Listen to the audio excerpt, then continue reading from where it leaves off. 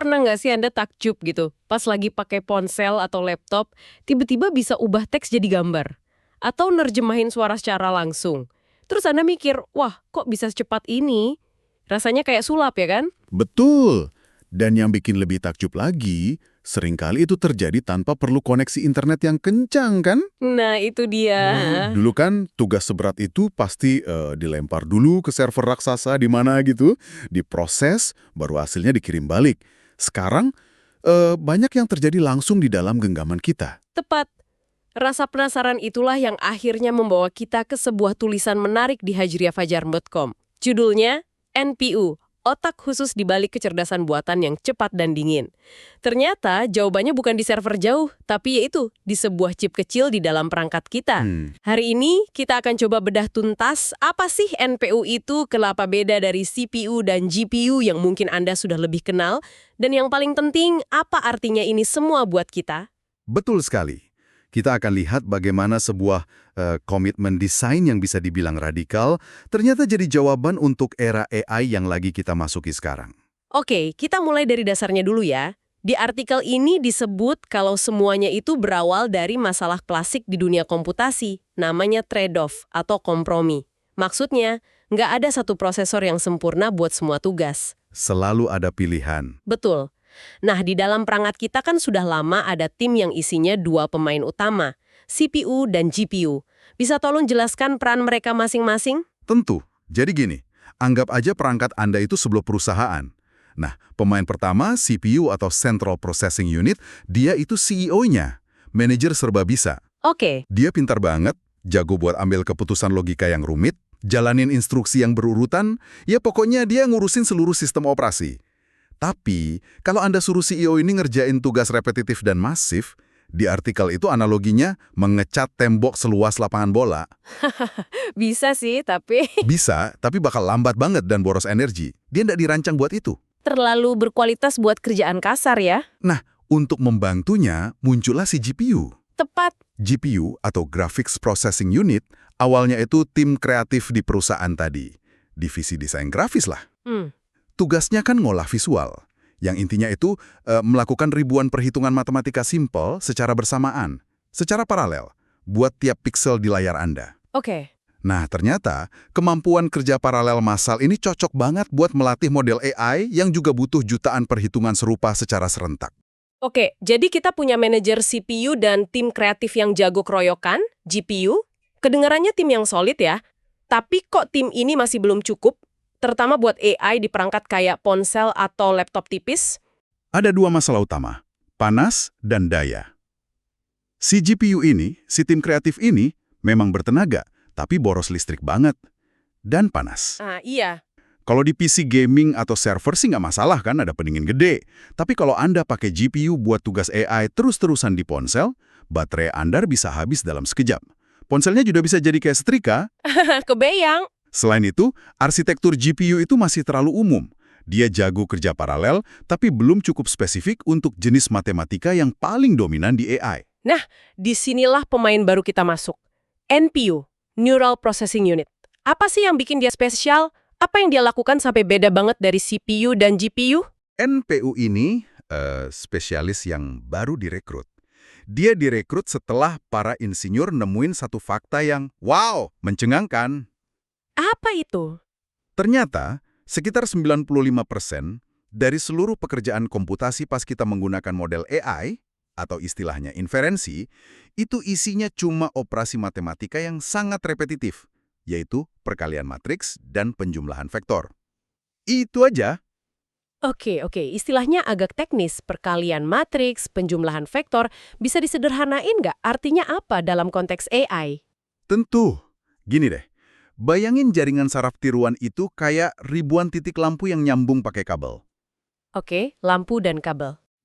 Di setiap titik sambungan kabel, yang terjadi cuma dua hal. Sinyal yang masuk dikaliin sama bobot kabelnya, itu perkalian, terus hasilnya dijumlahin sama sinyal dari kabel lain. Itu penjumlahan. Itu saja. Itu saja. Proses super simple ini diulang miliaran kali. Nah, NPU itu nggak ngerjain apa-apa selain dua operasi ini. Tapi, dia dirancang dari nol untuk melakukannya seefisien mungkin. Jadi NPU ini fokus banget. Tapi fokus aja mungkin nggak cukup kan? Gimana persisnya cara kerjanya sampai bisa secepat itu sekaligus hemat energi? Atau kayak judul artikelnya, cepat dan dingin. Di artikel ini ada analogi pabrik yang menurut saya menarik banget. Bisa diurai? Ya, analogi itu pas banget. Jadi perbandingannya gini, CPU, si manajer serba bisa, itu kayak bengkel dengan satu teknisi jenius, Satu orang. satu orang. Dia bisa benerin apa aja, tapi buat tiap tugas, dia harus jalan dulu ke gudang di ujung ruangan buat ambil alat, terus balik lagi. Proses bolak-balik antara gudang atau memori dan area kerja atau prosesor ini makan banyak waktu dan energi. Kebayang, boros langkah. Terus GPU? Nah, GPU itu kayak bengkel yang lebih besar. Isinya 1000 teknisi pemula. Masing-masing cuma diajarin satu hal, misalnya ngecat. Kalau disuruh ngecat gedung, mereka cepat banget karena kerja barengan. Tapi mereka masih kurang terkoordinasi, boros cat, dan butuh banyak energi buat gerakin 1000 orang. Oke, lalu NPU? Nah, NPU ini, dia adalah jalur produksi robotik otomatis di pabrik mobil. Wow, jalur produksi otomatis. Gambaran yang kuat banget. Artinya apa tuh secara teknis di dalam chip? Intinya ada di sebuah konsep arsitektur yang namanya in-memory computing, atau komputasi dekat memori. Di arsitektur tradisional, data kan disimpan di memori. Pas mau diolah, data itu harus jalan dulu ke prosesor, diolah, terus hasilnya jalan lagi balik ke memori. Perjalanan data ini adalah pemboros energi terbesar di komputasi modern. Bayangin aja, perjalanan itu bisa makan sampai 90% dari total energi yang dipakai buat sebuah kalkulasi. 90%. Gila, boros banget. Banget. Nah, NPU dengan arsitektur ini, ibaratnya dia naruh unit kalkulasi, si mesin las di pabrik tadi, persis di sebelah tempat nyimpen data, tumpukan bahan bakunya. Oh, jadi deketan. Deket banget.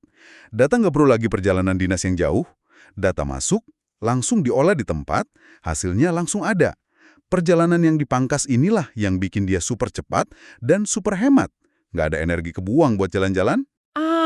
Jadi itu rahasia di balik cepat dan dingin. Karena nggak ada lagi perjalanan data yang boros, perangkat saya bisa ngerjain tugas AI kompleks tanpa bikin kipasnya berisik atau baterainya habis dalam hitungan menit. Persis, Anda dapat performa tinggi tanpa biaya panas dan konsumsi daya yang biasanya ikut serta. Ini semua kedengarannya kayak solusi sempurna ya. Tapi saya nemu satu poin di artikel ini yang agak bikin, bingung. Disebutnya konflik batin dalam desain NPU. Di satu sisi super efisien, tapi di sisi lain katanya fleksibilitasnya nyaris emal. Maksudnya segimana nggak fleksibelnya sih? Ini poin krusialnya dan inti dari strateginya. Analogi terbaik dari artikel itu adalah NPU dibandingin sama atlet olimpiade lari 100 meter. Oke. Di lintasan 100 meter, dia bakal ngalahin siapapun di dunia. Cepatnya bukan main.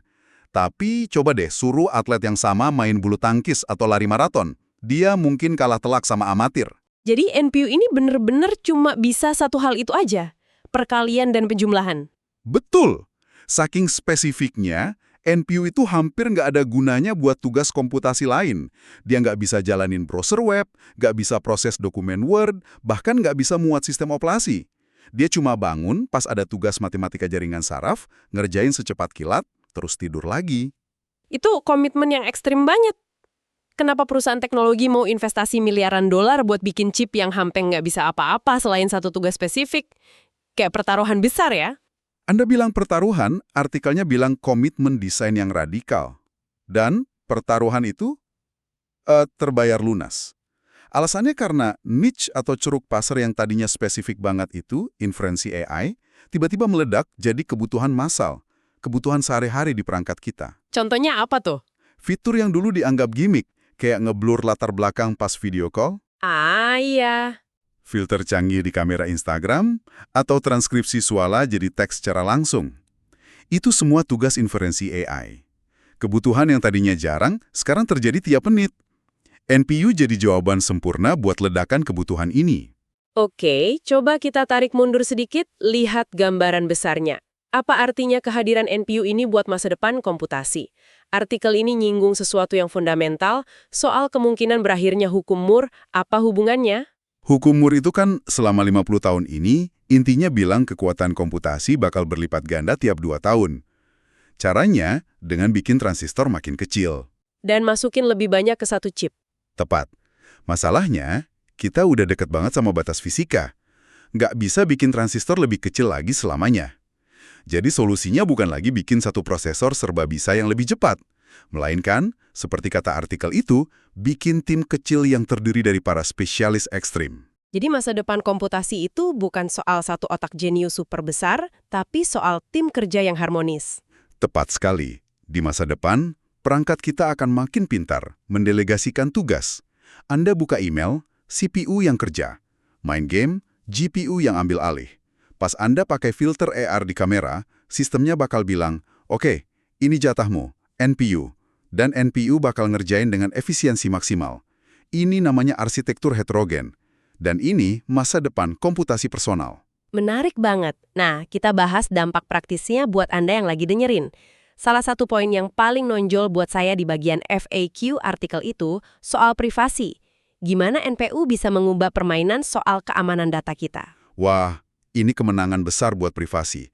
NPU memungkinkan yang namanya on-device AI.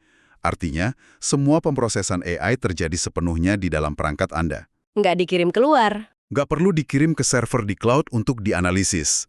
Jadi pas Anda pakai asisten suara buat mendikte pesan atau pakai fitur terjemahan, rekaman suara Anda nggak pernah ninggalin ponsel. Foto-foto Anda juga aman. Ini mengurangi resiko kebocoran data secara signifikan. Terus soal nama nih, di pasaran kan banyak istilah ya, ada AI Engine, Neural Engine di produk Apple, atau Tensor Core dari NVIDIA. Itu semua cuma nama keren buat NPU. Pada dasarnya, iya. Anggap aja itu nama merek. NPU itu istilah teknis generiknya. Neural Engine, AI Boost, Ryzen AI, itu nama-nama yang dikasih masing-masing perusahaan buat implementasi NPU mereka. Konsep dibaliknya sama. Akselerator khusus buat AI. Pertanyaan penting lain nih, apakah ini berarti CPU dan GPU bakal punah? Pensiun gitu? Sama sekali enggak. Ingatkan analogi tim kerja tadi, Anda tetap butuh CO buat ngurus semuanya, Anda juga tetap butuh tim kreatif, GPU, buat tugas visual berat kayak gaming. NPU ini cuma anggota tim baru dengan keahlian super spesifik. Mereka akan hidup bareng, dan sistem operasi bakal makin pintar, milih anggota tim yang paling pas buat tiap tugas. Oke, ini praktis banget. Jadi kalau saya mau beli laptop baru besok dan pengen mastiin ada NPU-nya, apa yang harus saya cari di speknya? Ada logo khusus? Pertanyaan bagus. Sayangnya belum ada logo universal. Ini emang bagian dari kebingungan marketing sekarang. Tapi Anda bisa cari kata kunci di spesifikasi prosesornya. Kalau laptop Intel, cari seri Core Ultra yang punya Intel AI Boost. Oke, Core Ultra. Kalau AMD, cari seri Ryzen 7040 ke atas yang punya Ryzen AI. Dan kalau Anda pengguna Apple, kabar baiknya, semua chip seri M mereka dari M1 udah punya yang namanya Neural Engine. Kalau ponsel gimana? Nah, kalau ponsel lebih gampang. Hampir semua chipset kelas menengah ke atas dari Qualcomm, MediaTek, Samsung, Google dari beberapa tahun terakhir udah pasti ada NPU-nya.